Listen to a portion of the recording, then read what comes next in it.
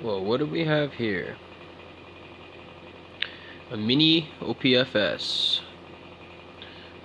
OPFS, for you new shooters, is the original pickle fork shooter by Dgui. pfshooter on YouTube. How you doing, Daryl? Bad ass slingshot. Doesn't look like much, does it? Looks like quite a simple little frame, and it is. The true OPFS is a little bit bigger than this. You can see this is quite small across my four fingers there.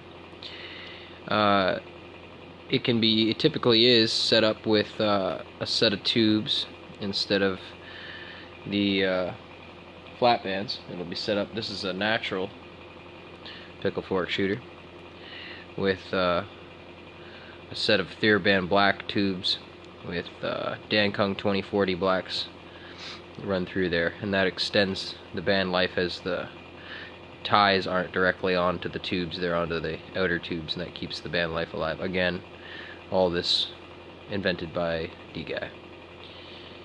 So, in a few of his videos, he shows how he shoots them, and he's pretty clear about it, but some of you guys are still having trouble with it, and I did for a long time, and I've been shooting for a long time. I shoot pistols, rifles, and shotguns as well, and there's some things about there's some niche things about fine styles of shooting. I refer to fine styles as anything that requires an exact repetitive motion repeatedly for it to work.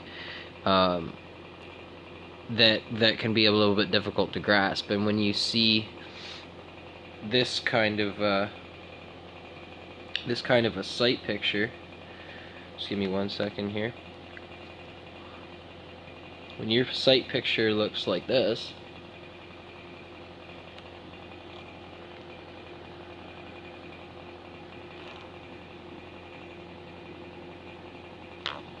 some folks get worried that they're going to get that shot right in the back of the hand, because obviously there's no fork gap there. Like, I say no fork gap, there really isn't. Like, a true PFS is not supposed to be able to have the ammo fit through the gap. This is a 3/8 steel ball, and you can see it doesn't fit in the gap. So all you're using, the gap is really only there just to have something to tie the bands onto. But as Daryl explains, that's so that you're basically shooting directly over the top of your hand where your pointer finger is, so you essentially get to just point at your target and you can shoot it. So it's designed to be a point shooter. My old man actually refers to it as a pistol fork shooter instead of a pickle fork shooter, because you're basically shooting like an instinctive handgun. You're basically pointing your hand where the thing is without using the front sights or rear sights. In this case, without using a locked anchor point or reference point on your frame. All the quick math and everything else is done in your head, and you let it fly. The pouch hold and release is one thing that he shows. Now, let's say you shoot side style, so your thumbnail would typically be up. That's how I shoot, right? And if you shoot, say you want to shoot flip style, like where you're gonna drop your frame hand forward as you shoot, you would hold just like this, right? So let me see if I can get this on frame.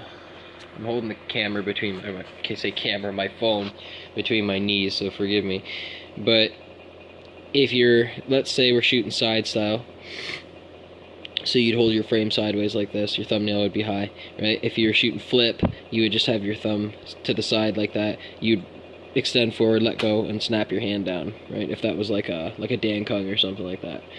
Now with this, you're gonna, and again, Daryl explains this already, but I'm just pointing out that this is the learning curve that I got past. I'm not trying to explain Daryl's technique. I'm just trying to explain how the light bulb moment for me was. It's not so much just a combination of the way that because first off, you hear the twist and tweak. The twist and tweak is literally this: twist, pull down, but you're keeping this frame vertical. You're never turning it sideways. So keep the frame vertical. Your pouch, if it was flip, right, turn, pull back. So every single time, the shot needs to be behind your finger, locked totally behind your finger. It's dirt simple. That's all it is. turn, lock. That's it. Now you're shooting PFS. That's it.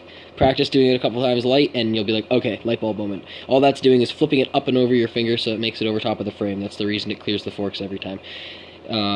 Try it with BBs. Whatever you have to do to convince yourself that this is actually happening. But whatever the magic is that makes this clear it, but it does every single time. I've never had a fork hit, and that's my honest word.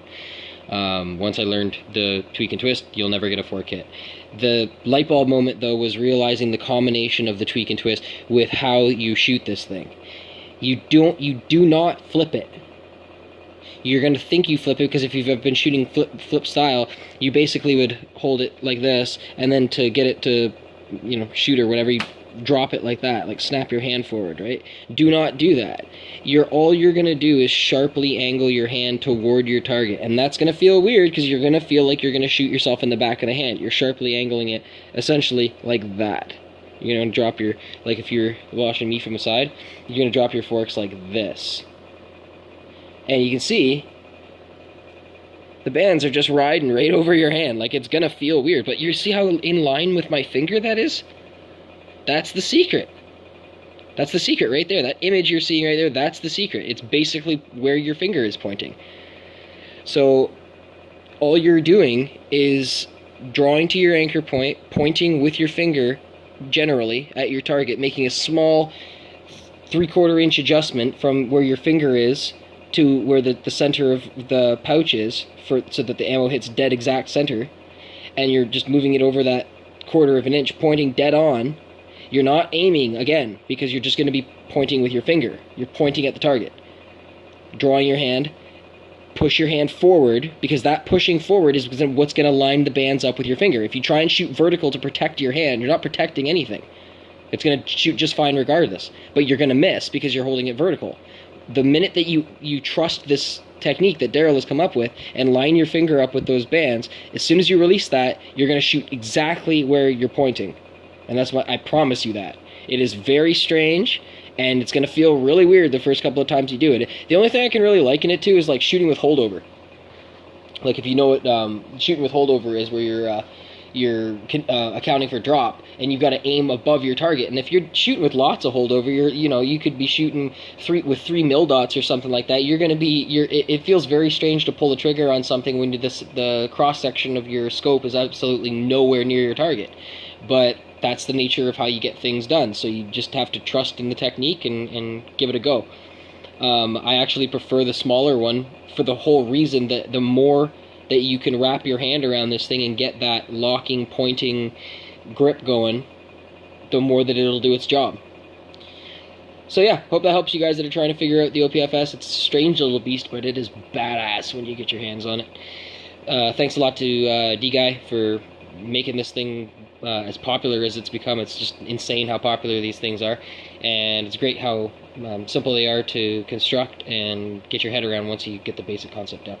Take care of yourselves, guys. Get out and shoot an OPFS. Peace.